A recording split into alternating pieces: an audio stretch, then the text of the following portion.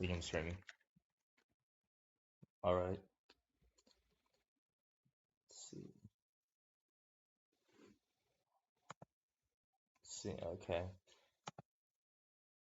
Hey guys. Is the today I'm going to be explaining the full setup for the NQ Trader.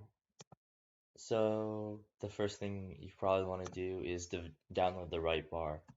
Now, if you're new to like Renko bars, you're gonna have to download them. So in order to download them, you just basically what you want to do is go here and just search up Ninja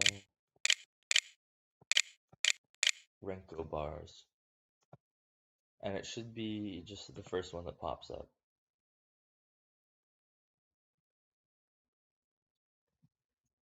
Which, yeah, they're free, so it shouldn't be any problem. But yeah, so what you want to do is just buy them, add to cart, buy them or add, yeah, just get these and import them into NinjaTrader like you would normally do via the tools import NinjaScript assembly. And that's pretty much how you would get these bar types. In order to use this strategy, you will have to download these bar types. If you don't, the strategy won't work. Alright, now that that's out of the way, let's go into how to actually set the NQ trader up. I actually have some new settings, so I'll explain this to you. So what you want to do is first uh, open a new chart with Seat Ninja Renko bars, and what you want to go is 205 bars, alright. And I would load 15 days. This is pretty arbitrary, but 15 days, usually you want to load enough days that just a good amount of days. Just 15 is just what's usually safe. Alright, and yeah, click OK. And your chart should look like this. So yeah, so should look like this. I think if it doesn't, you're probably doing something wrong and you're not using the right bar type. But for the most part, you want to use 200/5, and if you see this, you know you're in the right bar type and size. Okay, so now what? So the first thing to do is to open the NQ Trader. If you have the micro trader, this will only work on micros. Okay, so let's go over the default settings for the BB3CS NQ Trader. So the first thing you want to do is don't change start time and end time. These should both be 12 a.m. or one should be 12 a.m. and this should be 11:59 p.m. These should not change. Okay, and then for stop loss, I would recommend 150, 150, and you can leave these two the same. All right. Okay, and for avoid time, I would recommend changing this to okay, one thing I should mention before is all the times I'm doing are in Pacific Standard Time, which is the time on the west coast of the United States. If you're on the east coast of the United States, it's plus 3 hours. And if you're everywhere else, you gotta add whatever from your PST time or from Pacific Standard Time. So yeah, to keep that in mind when I'm explaining this, this is all in California time, aka PST. So the first thing I would change is avoid time. You can leave that as it is, and this should be 11 p.m. Yeah, 11 p.m. For this one, yeah, just leave it as it is. 11 a.m. to 12 p.m. Just yeah. Okay. So another thing I would like to explain with the avoid time and avoid end time one is that if you're anywhere besides Rocky Mountains and Pacific Standard, you're gonna have to do some adjusting. So if you this time, the avoid time must be lower than avoid end time. So if you're on the East Coast, and see, if you would add 3 hours to this, it would be over, right? So just change it to 11:59 p.m. because it can't be like 1 a.m. This has to be lower than this. So keep that in mind when you're setting this up. All right.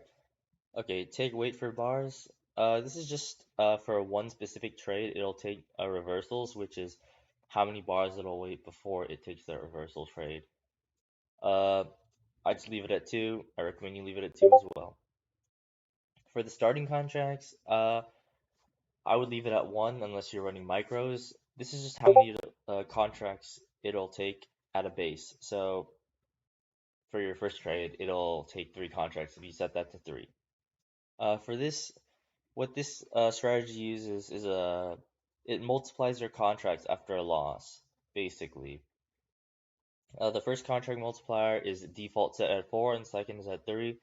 And if you want to use contract multiplier 3, you can, but it's unchecked for because I don't use it, but that's just in case more advanced users want to use it. Honestly, I would go 4, 3, and you can use it if you want, but I don't. This setting here is just if you want to minimize your risks. I know a lot of people aren't comfortable with taking a $2,000 loss on 4 contracts, so if you're worried about that, it is a pretty high win rate strategy, so you shouldn't have any problem making it back up. But if you wanted to, you could go multiply by 2 instead, and it wouldn't go 1, 4, it would go 1, 2. And same with this, see, if you want to do 2, it'll take 1 contract, 2 contracts, and then 4 contracts. So that's basically how that works. I would just leave it at 4 and 3, but you can do whatever you want. And this is if you are doing like a 2-2, you can use a third one if you really wanted to. I don't, but I'm not here to judge if you want to use it. Yeah, obviously. Oh yeah, one more thing. You need to, in order to get proper backtest results on a static chart, or any backtest really, you need to use high fill resolution. This is because Remco actually tricks the historical fills, and it thinks the open is right here when the open is really right here. So you're gonna have to use high fill resolution if you want accurate backtest results. And I would recommend using high tech even on live, just for various reasons. Alright, now we have that enabled. Let's do that. Should load.